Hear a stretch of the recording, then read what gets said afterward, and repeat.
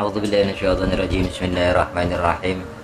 إلى حضرة رسول الله محمد صلى الله عليه وسلم وعلى آله وأزواجه وذريته وآل بيته الكرام ثم جميع إخواني من الأنبياء والمرسلين والشهداء والصالحين والأولياء العارفين والعلماء العاملين والملائكة المقربين وإلى أبينا سيدنا آدم وأمنا سيدنا حواء وما نسأل بينهما لا يوم الدين ولا أحد إلا الله عليه وسلم ثم إلى بقية الصحابة التابعين والتابعين وهم بإحسان إلى يوم الدين ثم إلى جميع إخواني من الأنبياء والشهداء والصالحين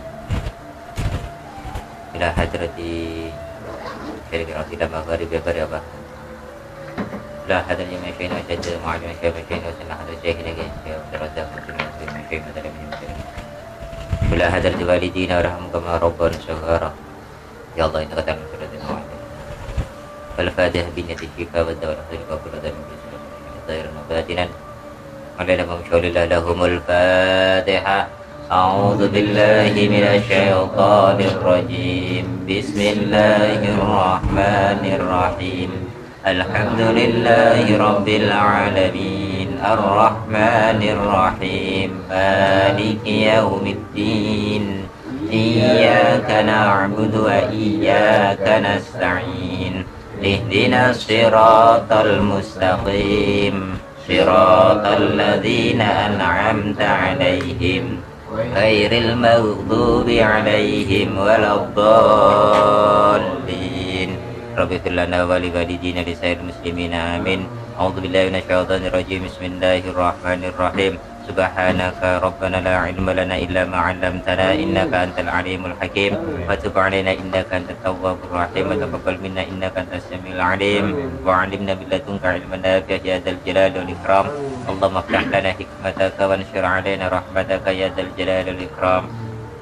أعوذ بالله من الشيطان الرجيم. بسم الله الرحمن الرحيم. الحمد لله رب العالمين والصلاة والسلام على سيدنا محمد سيد المرسلين وعلى آله وصحبه أجمعين. قال المؤلف رحمه الله تعالى ونفعنا به وبعلومه وعمدنا بأسراره وعاد علينا ببركاته آمين يا رب العالمين. Bismillahirrahmanirrahim. Kita ngelanjutin bahasan yang kemarin. Ini masih tentang orang-orang munafik. Wa idza laqul ladzina amanu qalu amanna wa idza khalau ila syayatinihim qalu inna ma'akum innama nahnu mustahzi'un Allahu yastahzi'u bihim wa yamudduhum fi tughyanihim ya'mahun Ulaika alladzina ishtaraw ad-dalalata bil huda fama rabihat tijaratuhum wa ma kanu muhtadin. Bismillahirrahmanirrahim. Wa idza laqul ladzina amanu qalu amanna. Wa idza laku, dan tatkala mereka bertemu. Ini mereka ini domirnya ya, aidnya ini kembali kepada ayat sebelumnya. Wa minan nasi may yaqulu amanna billahi. Itu orang-orang munafik. Ya. Kembali. Ketika orang-orang munafik ini bertemu, gitu kan. Di sini diterangkan asluhu laqiyu hudifati dhammah listiqalin thumma al-yaw liltiqo iha sakinatun ma'al waw. Ini bahasan ini bahasan ilmu iklal ya.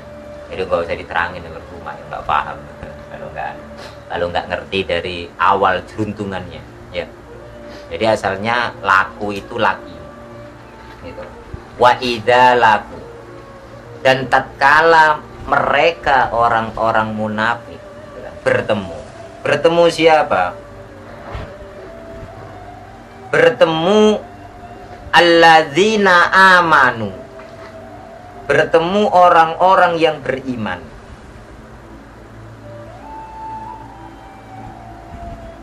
Qalu, mereka orang-orang munafik itu berkata, amanna, kami iman, kami telah beriman.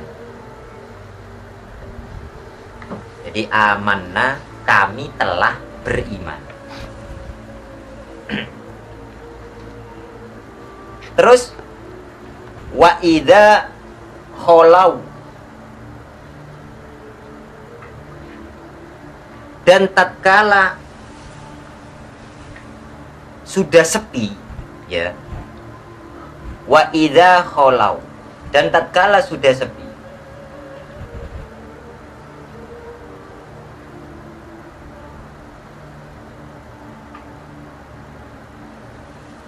Kholau itu sepi, itu arti aslinya.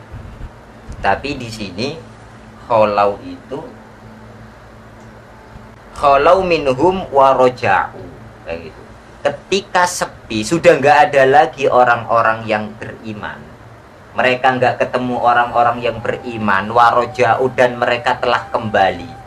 Kembali kemana? Ila syayatinihim, ai ru'usihim, kembali kepada para pemimpin-pemimpin mereka, ya kan? Syayatin itu pada setan-setan mereka. Ini kalau dalam terjemahannya Kemenak itu gitu, apabila mereka kembali kepada setan-setan, para pemimpin, ai ru'usihim, kepada para pemimpin mereka, kepada kelompok mereka lagi, ya kan, kepada suku mereka lagi, ya kan. Ini yang diceritakan ini orang-orang apa? Orang-orang munafik yang ada di Mekah waktu itu, ya kan. Jadi konteksnya itu. Jadi ketika mereka kembali lagi kepada suku-suku mereka, baru mereka bilangnya apa? Qalu inna ma'akum, inna, sesungguhnya kami, ma'akum, itu beserta kalian, fiddini, dalam hal agama. Innama nahnu mustahzi'un, innama,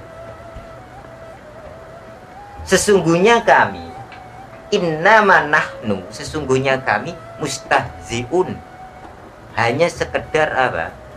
Mengejek. Jadi mereka orang-orang munafik itu ketika ketemu sama orang yang beriman, mereka ngakunya telah beriman. Amanna, aku udah iman. Gitu. Beda ya, bedakan antara telah beriman sama kami beriman. Loh, kalau ngaku kami beriman terus disuruh baca syahadat misalkan gitu kan, yo ribet urusannya. Gitu. Saya ngaku kalau telah beriman kayak gitu kan, bisa jadi mereka mungkin ya udah bersyahadat loh, maksudnya kayak gitu ya kan. Udah ngaku beriman. Tetapi ketika nggak ketemu sama orang-orang mukmin, terus mereka sudah kembali kepada kelompoknya mereka, gitu kan, yang sama-sama apa itu kafir kayak gitu. Mereka bilang soal agama, oh kita masih sama gitu loh. Kami cuman apa? Oh, kami cuman mengejek mereka aja, kayak gitu. Ya kalau kita yang diejek mungkin nggak tahu ya, tapi Allah kan nggak bisa kayak gitu. Makanya apa? Innama nahnu mustahzi'un, sesungguhnya kami hanyalah apa? Mengejek, mengolok-olok mereka, gitu. Mengolok-olok mereka, mengejek mereka, bihim, gitu. Mereka orang-orang yang beriman, biizharil imani, mengejeknya itu dengan apa? Dengan pura-pura menunjukkan telah beriman. Loh, ini sebuah ejekan kayak gitu. Akhirnya apa? Dijawab akhirnya oleh Allah. Allahu yastahzi'u bihim. Allah yastahzi'u bihim. Allahu yastahzi'u bihim. Ya kan? Allah lah yang akan mengejek mereka. Allah lah yang akan mengolok-olok mereka. Gitu loh. Jadi jangan dikira mereka itu sudah ngaku iman di hadapan orang-orang yang beriman itu, mereka udah berhasil mengolok-olok. Loh, hakikatnya enggak. Justru Allah lah yang bakal mengolok-olok mereka. Wa yamudduhum fi tughyanihim ya'mahun. Dan Allah yang akan membiarkan mereka terombang-ambing dalam kesesatan, dalam kebingungan. Tughya itu bisa berarti kebingungan, bisa berarti kesesatan. Gitu.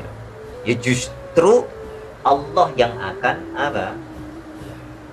Yang mengolok-olok mereka justru Allah, sebab apa? Oleh Allah dia itu apa? Akan dibiarkan dalam apa? Dalam kesesatan tadi. Gitu. Ya.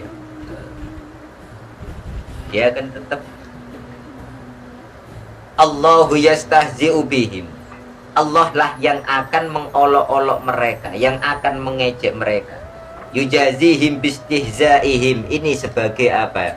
Jawaban Allah terhadap olok-olok mereka, terhadap ejekan mereka. Wa yamuttuhum ayyumahilhum, menangguhkan, membiarkan, gitu loh. Allah membiarkan. Fitughyanihim, itu dalam kesesatan.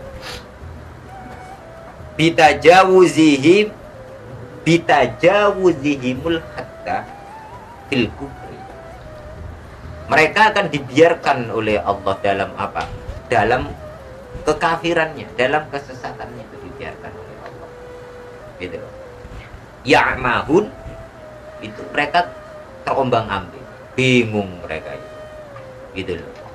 Dibiarkan oleh Allah di situ.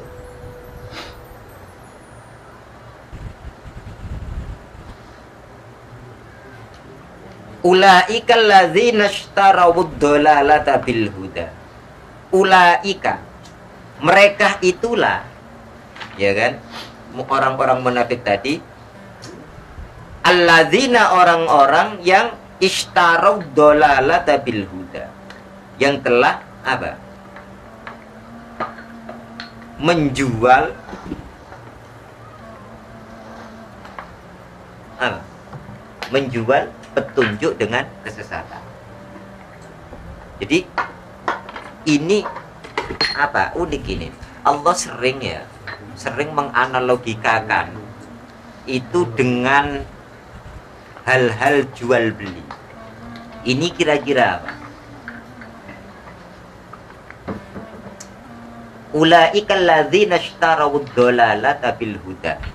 Mereka ini orang-orang yang telah membeli kesesatan dengan petunjuk. Gitu. Mereka memilih kesesatan daripada petunjuk. Ai istabdiluha bihi. Maksudnya apa? Mereka yang telah mengganti. Gitu.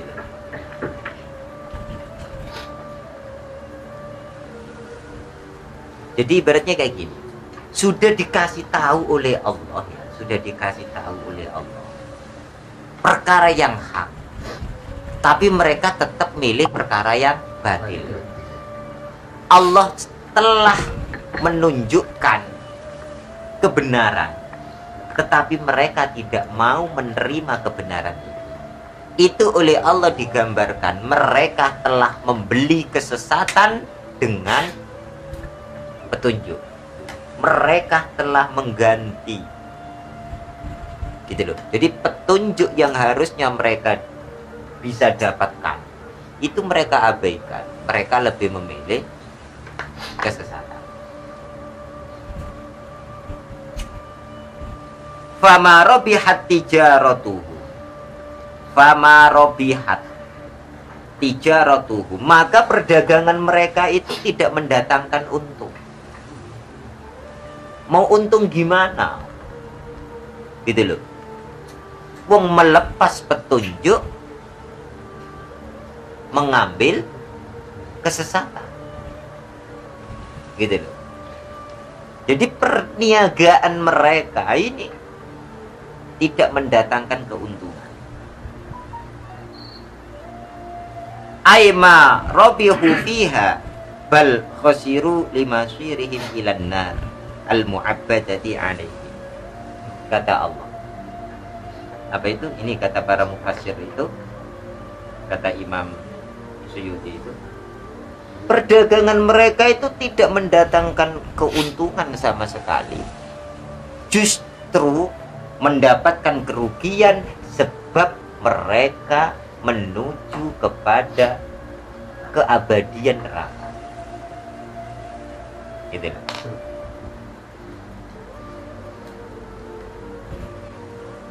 Wa makanu muhtadin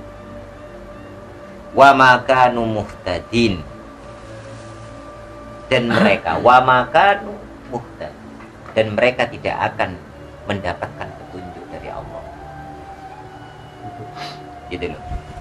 Fima fa'alu, dari apa aja yang mereka lakukan. Nah, ini gini. Kira-kira sampean masuk nggak? Ketika Allah itu memberi ibarat kepada kita, kenapa kok diibaratkan perdagangan? Apa hubungannya itu? Namanya petunjuk kok.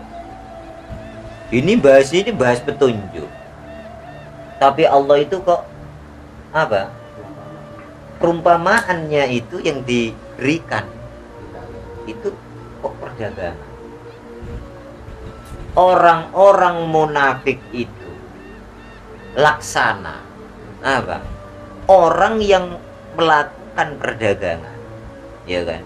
Tetapi apa? Mereka yang harusnya sudah apa? Sudah ada hidayah di depan mata, dilepas mereka memilih kesesatan.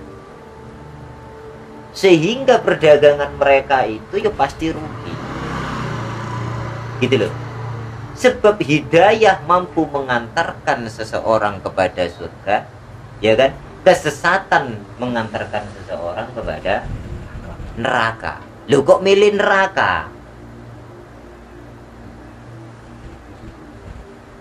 Loh kira-kira kenapa? Ini ada gak lepas ya dari kebiasaan orang-orang Arab pada waktu itu. Mereka itu mayoritas mata pencaharian mereka itu dari perdagangan. Bahkan sampai apa itu ada surat yang menceritakan tentang aktivitas mereka itu.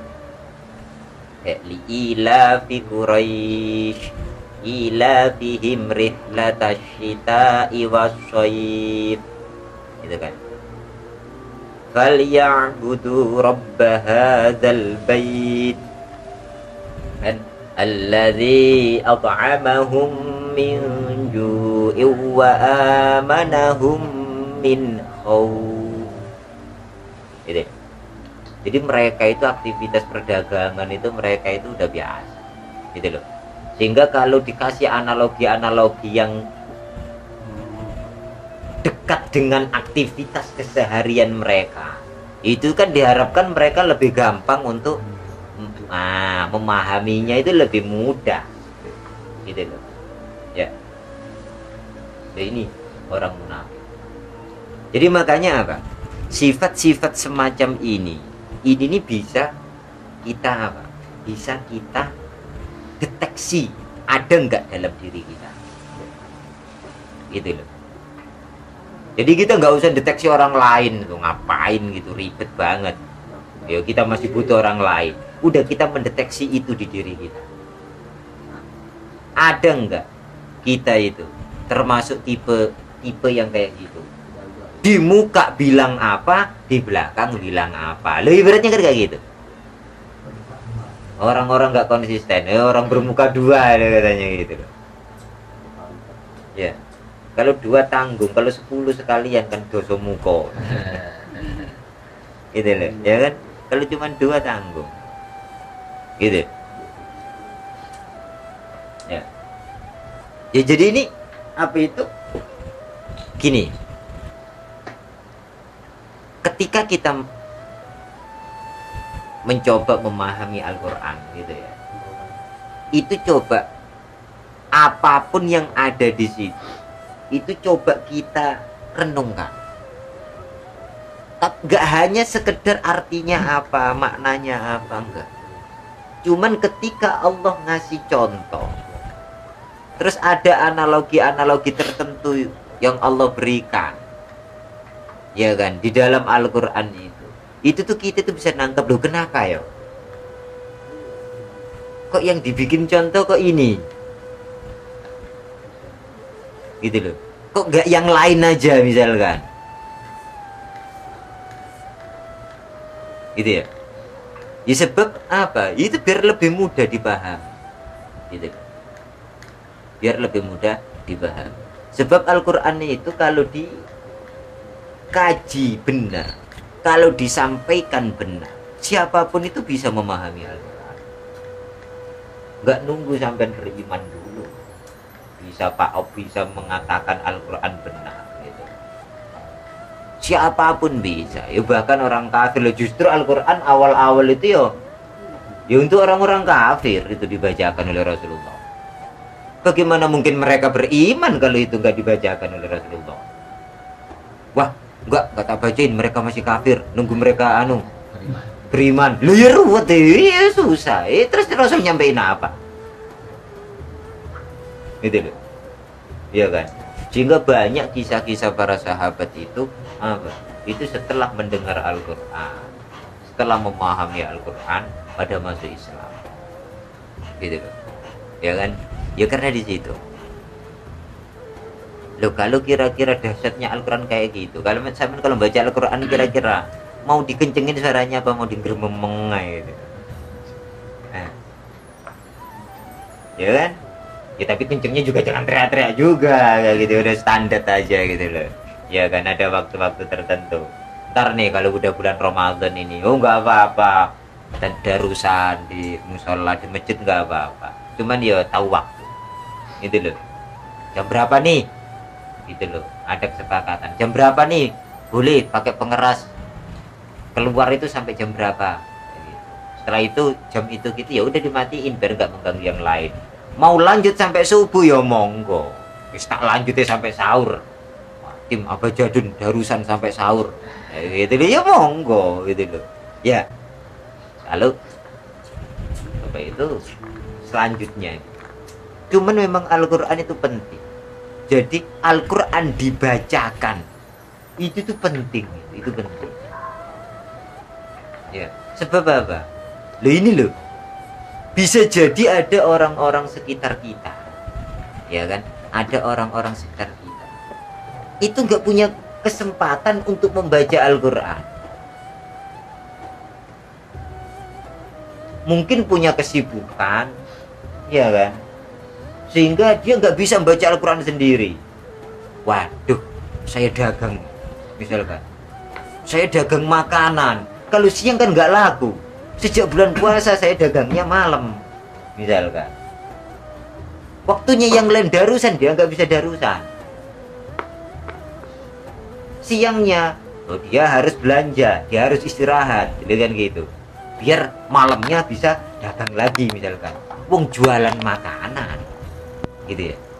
Sehingga apa? Nggak punya waktu untuk tadarus, misalkan.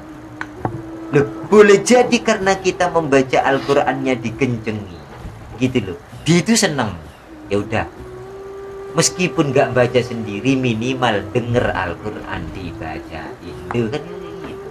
Yang denger dapat pahala. Gitu loh. Yang baca dapat pahala. Paham ya? Makanya kalau di kampung-kampung itu jarang orang itu pagi-pagi lihat jam, itu jarang. Kenapa? Pengalaman di keluarga saya sendiri. Tapi itu perlu istiqomah. Di tempat situ ada masjid. Itu tuh kalau bulan puasa itu pasti. Kalau masjid itu mati, apa itu pengeras suara yang luar itu mati, Ini berarti jam 11 malam. Begitu. Entar kalau hidup lagi berarti jam 3. Baca satu ain, terus apa? Ngasih tahu tentang waktu. Biasanya sahur, sahur, sahur. Gitu kan. Sekarang pukul sekian, imsak pukul sekian, subuh pukul sekian, sahur, sahur, sahur. Kayak gitu. Setelah itu baru apa? Lanjut baca Al-Quran lagi. Ntar satu ain kayak gitu, diumumin lagi kayak gitu. Sehingga apa? Sehingga orang itu juga apa? Rasa tenang. Beberapa orang itu kayak gini. Di musola dekat rumah saya itu juga kadang-kadang itu ada yang baca kayak gitu. Loh, itu orang itu kadang kayak gini. Loh, kenapa sih nggak tiap hari aja? Emang kenapa? Kita itu kadang semua apa? Ibu-ibu itu kadang pagi-pagi nyiapin ya biar suaminya bisa sarapan, anaknya bisa sarapan, gitu loh. Kenapa kok nunggu bulan Ramadan? Kenapa nggak tiap hari? Loh, kadang bangun ke dapur sendirian itu takut gitu loh. Rada-rada gimana gitu. Tapi kalau denger, oh ada yang ngaji Al-Quran itu pede gitu loh. Iya kan? Jadi nggak perlu diruqyah juga ya. Iya kan, nggak perlu diruqyah juga. Gitu.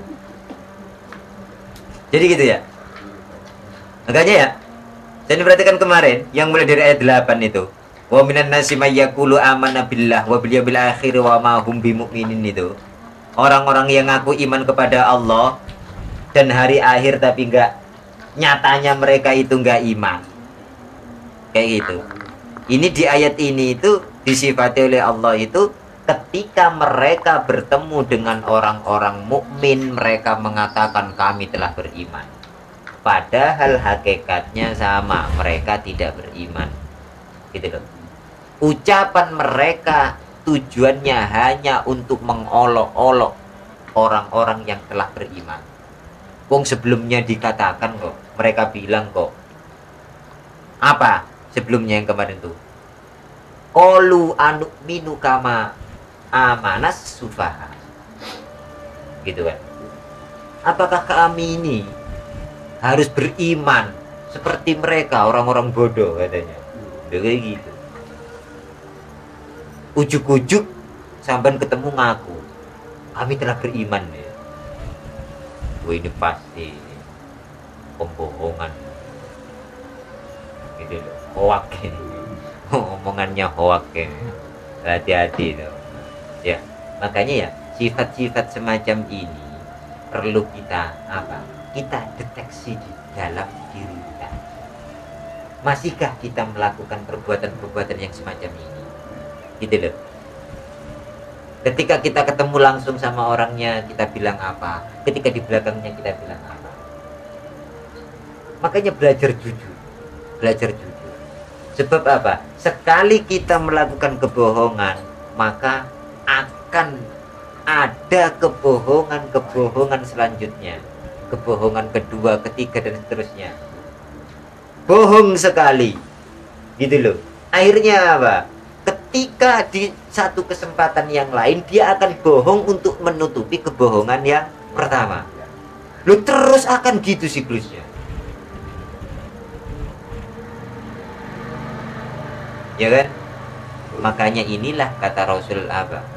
Munafik itu di antara tanda-tandanya ya idza hadasa kadzab.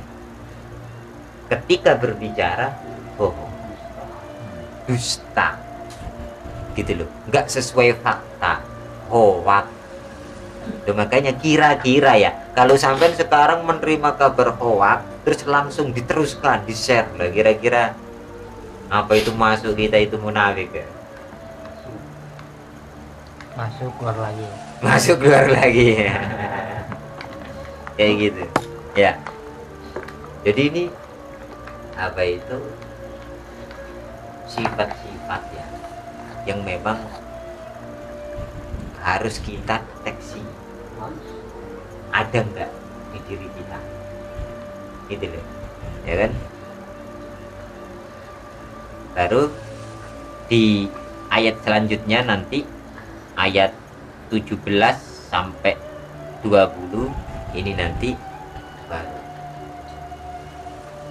Sisanya pembahasan tentang munafik ini.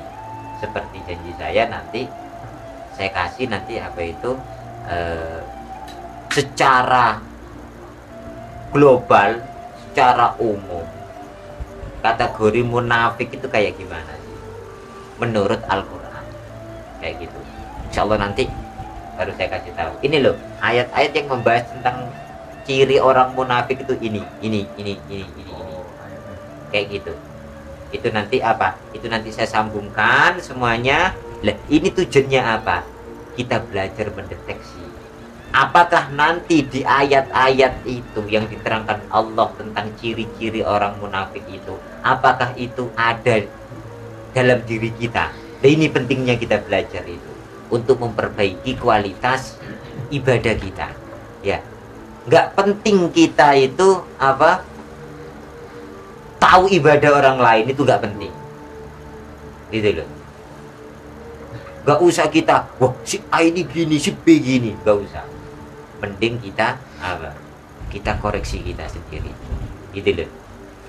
Kecuali misalkan ada orang datang kepada kita, menurut sampean saya ini gimana? Saya itu gini. Itu baru, itu bisa sharing apa. Cuman kalau kita menilai itu, ya sebab apa? Oh, kita belum tentu sudah benar. Jangan-jangan apa itu sifat yang ini nggak ada di diri kita, tapi yang lain ternyata ada. Kan kayak gitu. Ini makanya apa? Satu pesan saya, jangan mudah juga setelah ngaji nanti itu, jangan mudah juga apa? Menuduh ya, menyicap orang itu munafik. Itu juga jangan mentang-mentang saya udah ngaji, wah ini kalau kayak gini cirinya ini munafik ini. Ya, saya pernah ngaji, loh jangan juga gitu loh. Ya. Boleh ya? Ya meskipun dalam hati ya jangan, itu malah baik, jangan. Gitu. Gitu. Mending kita itu apa? Ya, andai kata kok misalkan ada orang janji ke kita, lah kok terus nggak bisa nepati. Dia anggap aja udah mungkin dia punya utuh. Dia nggak bisa ditinggal yang lebih penting daripada janji kita. Dan dia buru-buru atau apa nggak sempat ngasih tahu kita. Udah gitu aja. Lah kalau ternyata pas moro apa sama udah janjian gitu ternyata lupa gimana? Ya kan? Makanya kita kedepankan apa? Husnuzon. Gitu loh. Sebab Allah mengedepankan rahmatnya daripada murkanya, daripada azabnya, gitu loh. Yang waktu itu saya terangkan itu, ya itu diingat-ingat. Kita juga gitu, ya kan? Waktu kita belajar Bismillah dulu juga kayak gitu. Allah mengenalkan apa? Mengenalkan sifatnya Ar-Rahman Ar-Rahim ke kita. Yang pertama kan Bismillahirrahmanirrahim, Bismillahirrahmanirrahim. Bolak-balik kita ketemu dengan apa itu ayat itu, gitu loh. Dengan sifat Allah Rahman Rahim. Sifat Allah Rahman Rahim. Maksudnya apa? Ya, yuk kita meniru. Kita mengedepankan kasih sayang terhadap sesama. Dan ini juga sebagai pegangan kita. Allah tahu kelemahan kita, makanya Allah mendahulukan apa? Ya udah nggak apa-apa. Kalau kamu ternyata kok ya lupa nyebut nama aku, ya nggak apa-apa. Aku itu maha pengasih, maha penyayang, gitu loh. Ya kan, insya Allah itu gak apa-apa, itu kamu emang lupa, ya kan, gitu. Jadi itu apa? Enak Allah itu nunjukkan dulu itu sifat kasih sayangnya ke kita. Gitu.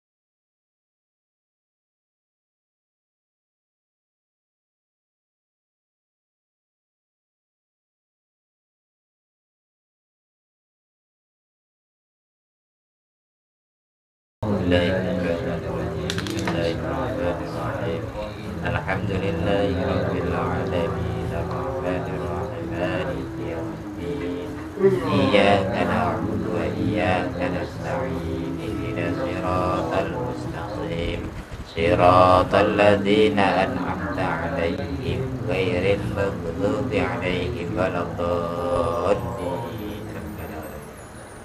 Bismillahirrahmanirrahim. Allahumma rahamna bil Qur'an waj'alhu lana imaman wa nura wa hudan wa rahmah.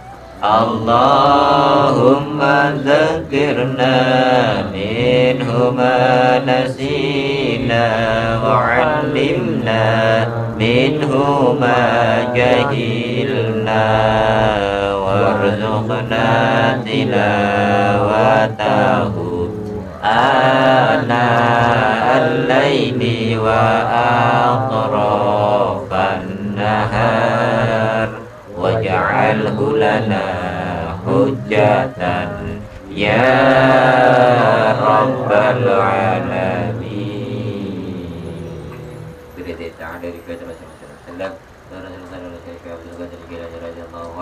Wabi barakati syekhina Abdul Razak Rahman Karim syurillah lahumul fatihah. A'udzu billahi minasyaitonir rajim. Alhamdulillahi rabbil alamin arrahmanir rahim iyyaka na'budu wa iyyaka nasta'in siratal ladzina an'amta 'alaihim ghairil maghdubi 'alaihim waladdallin.